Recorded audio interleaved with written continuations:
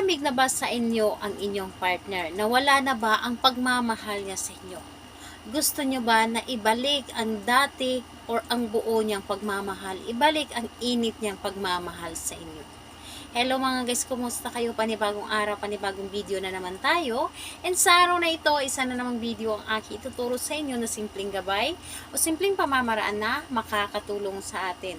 At bago ang lahat, gusto ko lang mag-disclaimer sa mga taong hindi naniniwala at hindi gusto ang mga kaganiting video. Please skip this video at maghanap kayo ng videos na gustong-gusto nyo dahil ang video na ito ay para lamang ito sa mga taong naniniwala and gusto mag-try.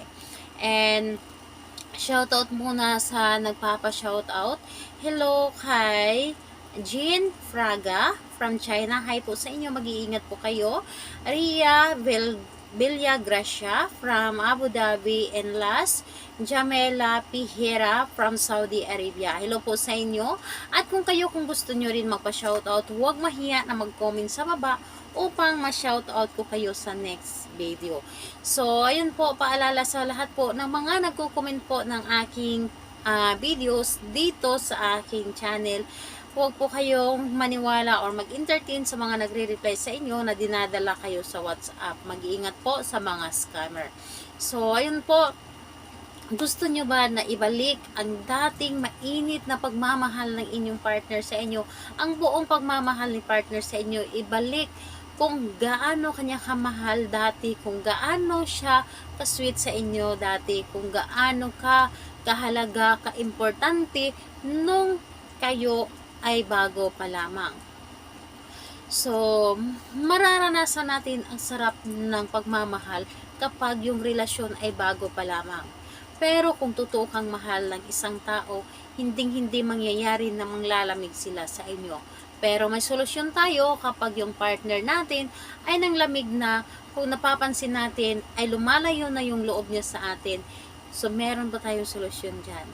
So, kailangan lang siguro natin na kumbaga may dahilan sila kung bakit sila nanglamig. So, kung alam natin sa ating sarili na meron tayong mali, kailangan natin itama yon para manumbalik yung dating pagmamahal ni partner o manumbalik yung init na pagmamahal ni partner. So, kailangan lang din natin itama kung ano yung nagawa natin or meron tayong nagawa or nasakta natin sila or meron tayong nagawa sa kanila na hindi nila gusto.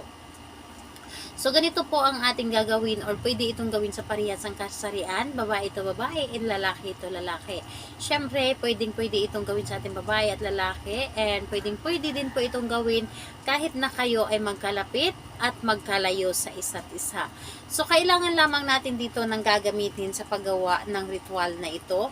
So, ang ating ihanda po is or kailangan natin dito ng unang ihi natin sa umaga. Kung anong oras tayo gigising sa umaga, wala pong problema kahit anong oras tayo gigising sa umaga. Ang importante po ay unang ihi natin sa umaga. So, syempre kailangan natin ng lalagyan. So, humanap ka ng maliit na bote or kahit na malaki ang bote kung wala po tayong maliit na lalagyan. Ang importante po ay mapaglagyan natin ito ng ating unang ihi po sa umaga. Pwedeng nagising ka ng alas 2, pwedeng nagising ka ng alas 3, pwedeng nagising tayo ng alas 4, basta't unang ihi natin sa umaga ng kahit anong araw po ito. So, or sa araw ng Biyernes or Martes. Yun po ang ating pili lamang kayo sa dalawang araw na yun.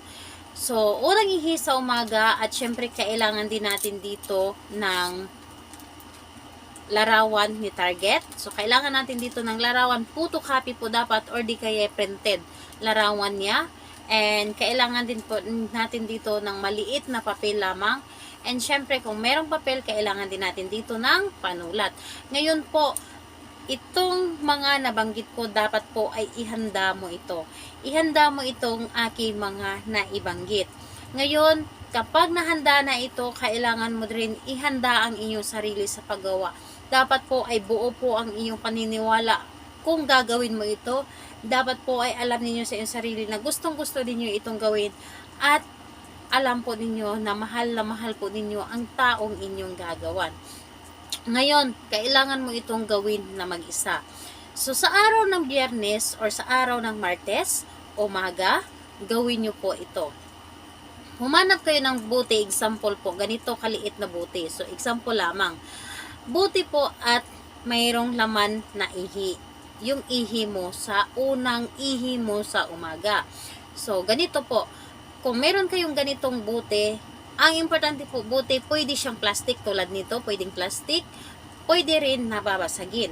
At kailangan yung buti na yun ay hindi mo na siya gagamitin. So, ito, halimbawa ito ay naglalaman ng iyong ihi. Ngayon, sulatan mo ng pangalan ni target, pangalan niya at apelyido ni target, isulat ninyo dito ng isang bisis lamang. Isang bisis lamang at isulat dito ninyo yung gusto ninyong mangyari. Isulat ninyo dito na bumalik ang dati mong pagmamahal sa akin at magmamahalan tayo habang buhay at kailanman ay hindi na tayo mapapaghiwalay kahit anumang darating sa atin o kahit sino mang gustong sumira sa atin. So, isulat nyo na dito lahat-lahat. Maliit lamang at isang bisis mo lamang na isulat yung kanyang pangalan. At pagkatapos, itong larawan niya, ito ay iyong tupiin or iro-roll mo lamang ito. Iro-roll ninyo ito or tupiin ninyo. So, ganito po. Halimbawa, ito po ang iyong ihi. Buksan mo ito at ilagay mo yung larawan niya sa loob. Dapat po meron kayong extra na larawan niya dahil ito ay hindi mo na magagamit. So, larawan niya at ilagay po dito sa loob ng bote na may lamang ihi. And ito din pong papel na yung sinulatan ng kanyang pangalan at yung magic words or mga kahilingan ninyo, i-roll mo din ito at ilagay din po ito sa loob. Itong dalawang ito, ilagay sa loob. Ngayon, kapag nailagay mo na ito sa loob, takpan yung buti na nilagyan mo ng ihi at alugin mo lamang ito. Alugin mo ng husto at habang inaalog mo ito, sasambitin mo palagi yung kanyang pangalan at apelyido at yung mga sinulat mo sa papel. Sabihin mo dito na bumalik ang dati niyang pagmamahal at magmamahalan kayo habang buhay at kailanman ay hindi na kayo mapapaghiwalay o hindi na siya maglalamig at ibuhos niya ang buo niyang pagmamahal sa inyo. Sabihin ninyo lahat-lahat ng gusto ninyo habang inaalog ninyo ito. Ngayon, pagkatapos, ilagay ninyo ito sa lugar na kung saan ay hindi ito magagalaw ng inyong mga kasama sa loob ng bahay o hindi ito makikita.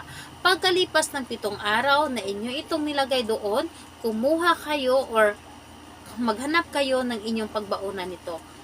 Ibaon po ninyo ang ihi na naglalaman po ng mga larawan at sulat ng inyong ginawa.